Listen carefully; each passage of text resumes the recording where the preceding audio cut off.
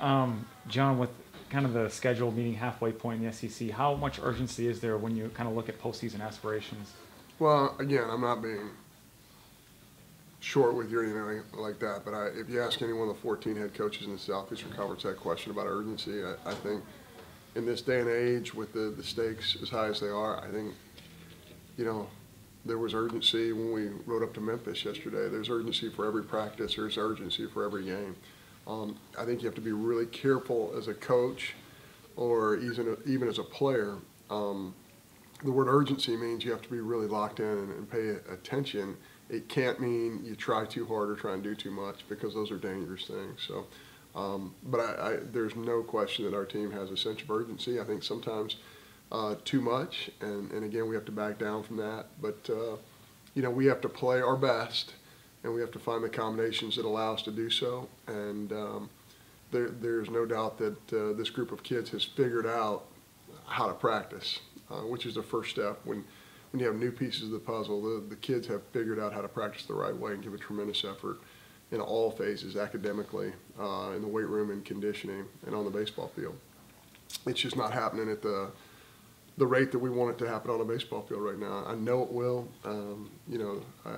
We've all been through these kinds of things before. In fact, I think it's really ironic. When we rolled into Texas A&M 2 years ago, you could see that they had a really good club at its core, but the pieces had not had enough experience. And now 2 years later, you can see where they are and how good a club they are. And we're fortunate enough to go into A&M and sweep those guys, even though you could tell they were going to be a good club.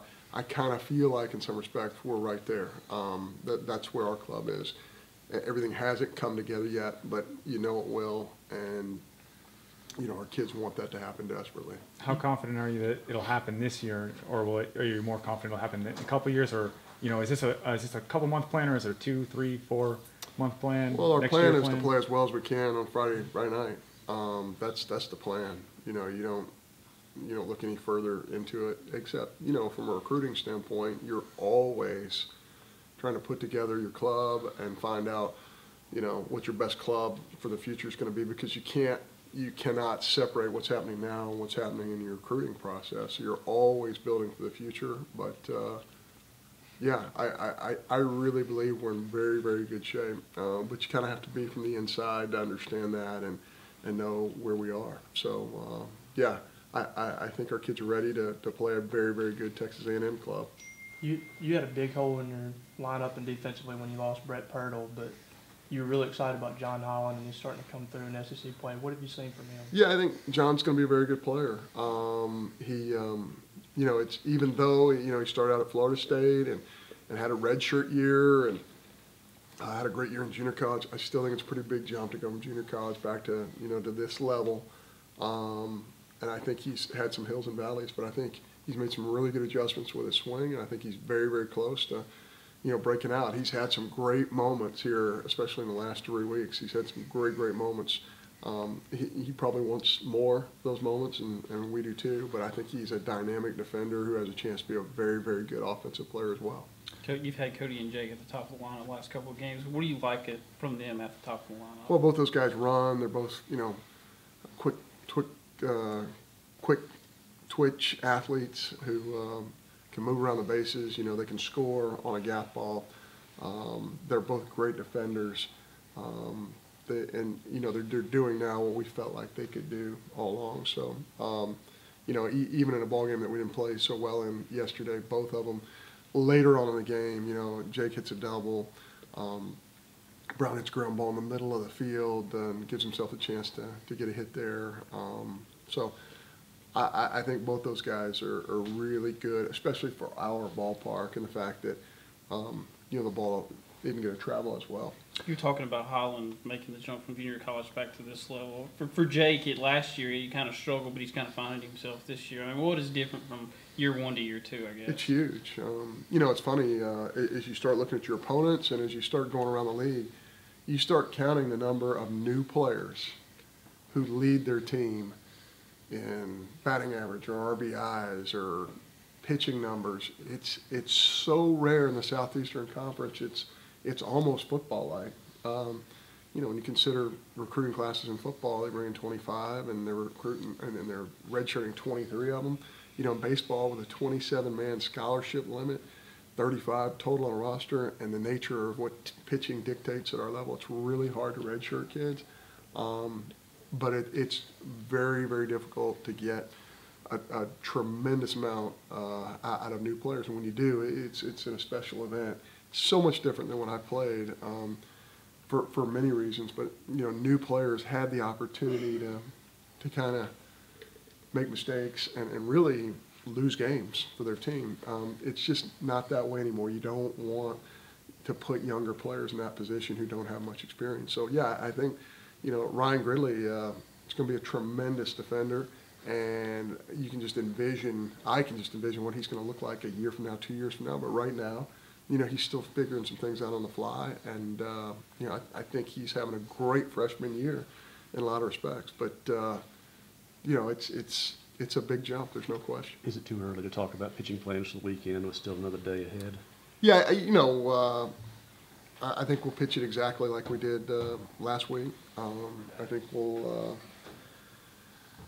start out with Lucas, and then probably go the same order that we did last week. Just looking at A&M stuff, they're the best offensive club in our league, and in their ballpark, I think you really have to get ground balls. You really have to challenge the strike zone, and I think those three guys give us our best chance to do that.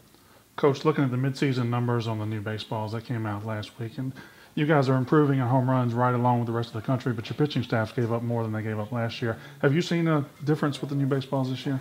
Yeah, I said from the very beginning, in fact, I got clobbered a little bit by saying this. I said that I thought it would be for us, it would be a small difference, It would be not as significant as other places, and I think that's really starting to be true. I don't think anybody will give me credit for having said that, because the first couple of weekends, home runs jumped out a little bit more, and we still have a lot of season to play. Maybe that's the way it'll be, but I think there will be, for Mississippi State and for our ballpark, it's a subtle difference, not a huge difference. I still think the bat and the way the bat has changed over the last 3 years is a huge difference.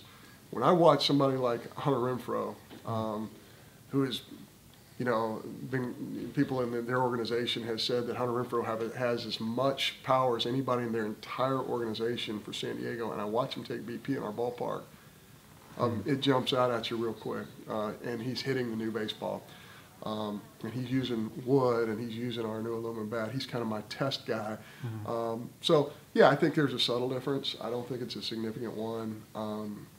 Significant meaning it's altering the game to such an extent to where everybody's going to run out and get physical guys who are going to hit fly balls.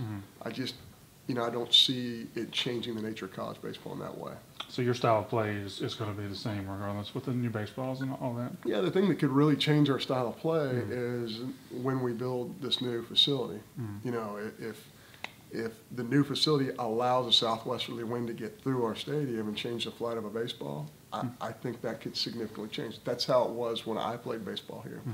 When you're just sitting around home plate and watching people take BP, you realize, without roofs over the facility, without a Palmero Center, without all these things that are out there that can change the nature of the flight of a baseball. When you get into the new nature of the facility, I think it could change that. So we're going to have to, and that's still a ways off, but that's something we're going to have to take into consideration when we're recruiting and building our clubs.